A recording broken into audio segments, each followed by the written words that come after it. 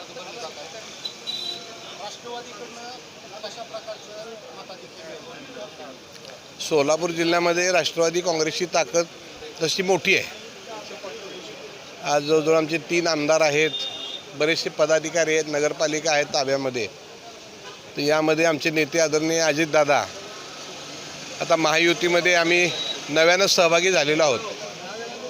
तर यामध्ये सोलापूर मतदारसंघामध्ये महायुतीचे उमेदवार राम सातपुते माळशिरसचे आमदार आणि आमच्याकडे विद्यमान खासदार रणजितदादा निंबाळकर असे 2 उमेदवार आहेत. तर माढा मतदारसंघापुरतं मर्यादित तुम्हाला बोलायचं झालं तर माढा मतदारसंघामध्ये गेल्या 5 वर्षाच्या काळामध्ये रणजितदादा निंबाळकर यांनी अतिशय चांगल्या प्रकारे काम केलेलं आहे. त्यांनी त्या निवडणुकीमध्ये जे शब्द दिले होते ते बहुतांशी त्यांनी सगळे शब्द पूर्ण केलेले आहेत. जे विकास कामाच्या बाबतीमध्ये मग रेल्वेचे प्रश्न असतील, जलसिंचन योजना असतील, मग तुमचा माढा असू द्या, करमाळा, आमचं सांगोला, माळशिरस या 4ही तालुक्यामध्ये जास्तीचं पाणी गेल्या 5 वर्षाच्या काळामध्ये त्यांनी या सगळं पूर्ण करण्याच्या दृष्टिकोनातून प्रामाणिकपणे प्रयत्न केला आणि त्याला यशही आलेलं आहे. त्यामुळं माढा मतदारसंघामधला आमचा विजय हा निश्चित आहे. फक्त किती मताधिक्य वाढवायचं आहे हे येत्या 15 दिवसामध्ये आम्ही ठरवणार आहोत.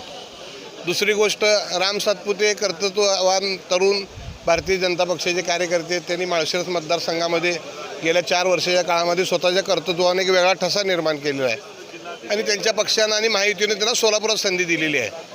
तर सोलापूरमध्ये सुद्धा मी निश्चितपणानं खात्री आहे की इथले सगळेच्या सगळे प्रणिती शिंदेंचा मतदारसंघ सोडला तर बाकी सगळीकडंच मतदारसंघामध्ये महायुतीचे आमदार आहेत.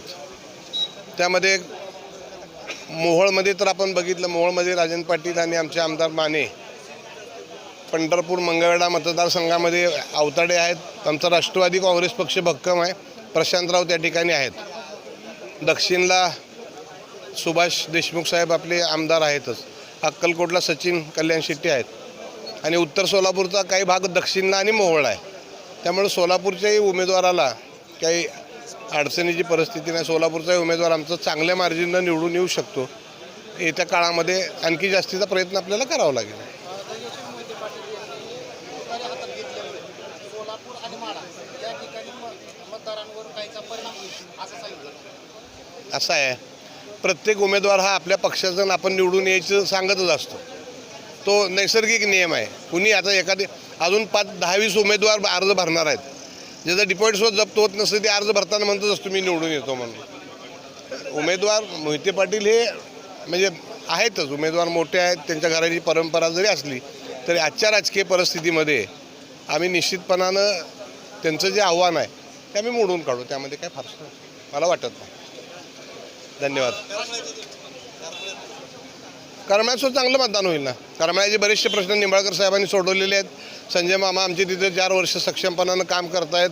रश्मी दिदी आता आमच्याबरोबर आहे, जगताप साहेब बरोबर आहेत. म्हणजे तिथले सगळे दिग्गज नेते आहेत ते आता महायुतीमध्ये सहभागी झालेले आहेत. त्यामुळे करमाळ्यातसुद्धा आम्ही चांगलं मताधिक्य मिळवू.